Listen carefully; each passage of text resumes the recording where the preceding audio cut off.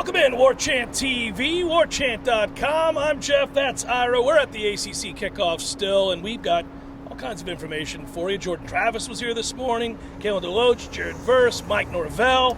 Busy day.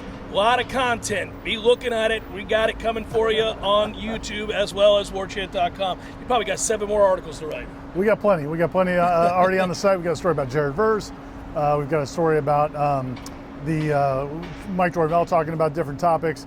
We've got the videos up as well. And then, it's going to be a nonstop flow over the next 12 to 24 hours. All right, let's talk about this. I thought they came across really well. They're confident and excited. They're eager to hit the fields. Practice starts next week. They're ready to go. They aren't in any way flustered by expectations. And at the same time, I thought it was a nice balance of confidence but not cockiness. Yeah, I'd agree with that. And I thought the message from everybody, they were all on the same accord. And I think that's when you know a team is in the right frame of mind, when they're all singing from the same hymnal and you hear the head coach saying things and the players are saying the exact same things. It tells you they know they're living it, and it's not just something they're repeating once in a while. It's part of their culture. And I think that they're proud of the fact they went 10-3 last year. They're excited about the possibilities with this team. They're not hiding any excitement about. They know this roster is talented. They know they've got a lot of experience. At the same time, they also know the only reason they had success last year was all the work they put in, and they've got to do even more of that going forward. Mike's really excited about the fact that his best players are also his hardest workers, and he thinks that rubs off on the team as a whole. He said he always looks to see if there's changes in those guys if they have success in the next rep, right? He sees it in the work, and all of those guys have put in the work, and it seems that this team has taken over the locker room the way a coach wants them to. They take ownership of it. Jordan talked a lot today about being on group threads with the team and how it is that they talk and incentivize and tell each other that, hey, look, we got more work to do tomorrow. We got to get better tomorrow. Yeah, I think there's some interesting things about relationships that kind of came forward. Jared Verse talking about the decision a lot of the older guys made to come back this season. And he said one of the keys to his decision-making was Jarian Jones talking to him and kind of encouraging him, hey man, if you come back, we can do some special things. I don't know if Jarian Jones is a guy that a lot of people have thought of was kind of a key figure in that decision for all those guys to come back. So that was kind of cool to hear. But yeah, to your point, Jordan Travis, I know Aslan talked to him, you and Tom talked to him as well in breakouts that people can see we'll listen to on your guys' shows and also on the site. But Jordan felt a little bit different to me. Like he felt a little bit more confident, a little bit more. Correct. I mean, that leadership is not just something he's talking about. He really comes across that way now, right? He had to have, Ira, and I know Aslan interviewed him at the Manning camp, but he had to have gleaned something from that. He talked a lot about being a good person and remaining true to yourself and not losing sight of those things as the adulation comes, as you get talked about for a Heisman. And he said he learned all of that. Obviously, he has role models in the form of his brother and his dad and his mom. But he talked about Mike Norvell an awful lot. And he said to me and kind of doubled down to me, we love our coaches because we know they love us. This is the kind of stuff that makes people warm and fuzzy inside, but it's also the stuff you hear from teams that care deeply about each other and are willing to sacrifice. Yeah, and one of the anecdotes Mike Norvell shared about Jordan Travis was how, and I don't think I've ever heard him say this before, but he felt willing to say it today, that at the end of the spring of 2022, when Jordan Travis wasn't all that yet. I mean, there were still a lot of questions about Jordan Travis. A lot of FSU fans and media wanted FSU to go get another quarterback out of the portal last spring. And he told Jordan Travis in a meeting at the end of the spring, listen, man, when you leave my office, I want you to look at those 3 Heisman trophies out in the hall because I think you can win one of those.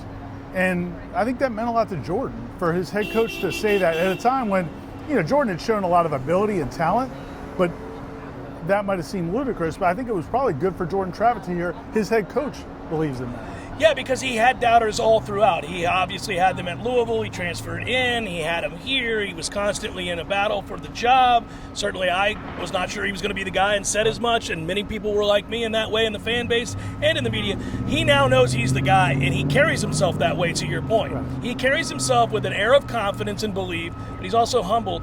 I think it's very impressive. This is a group that is ready to get to work. They know this is the final stretch here. Now it's time to get on the field. Mike almost sounds like a proud father when he talks about the team. Jordan, but the team too. And he talks about, I'm excited to see what they can become. which suggests that he knows they're already good. How good is what he doesn't know. Yeah, and I asked him specifically about the defense because that's a hot topic. I know Jeff Cameron Show listeners hear about it a lot. Yeah. And I said, look, man, the defense made a lot of improvement from last year, from 2021 to 2022. Why do you think it's going to make another step? How big of a step can it make? And he just, rattled off a bunch of reasons. Yeah. From personnel to the versatility. He's really excited about the versatility on the defensive line and in the secondary. He talked about a lot of the newcomers and what he thinks they're going to be able to do. And again, this is a defense that brings back the vast majority of its key players from a year ago. The one news item that I know a lot of Florida State fans are going to be wondering about is Darrell Jackson, the defensive tackle for Miami. Still no word. There's still no official decision on his waiver request. It's not feeling good, Ira. No, Mike Norvell said he checks on it every single day. He said it gives me something to check on every day. But he did say, Darrell looks great, is working hard. They've got him in the mindset he's going to be able to play.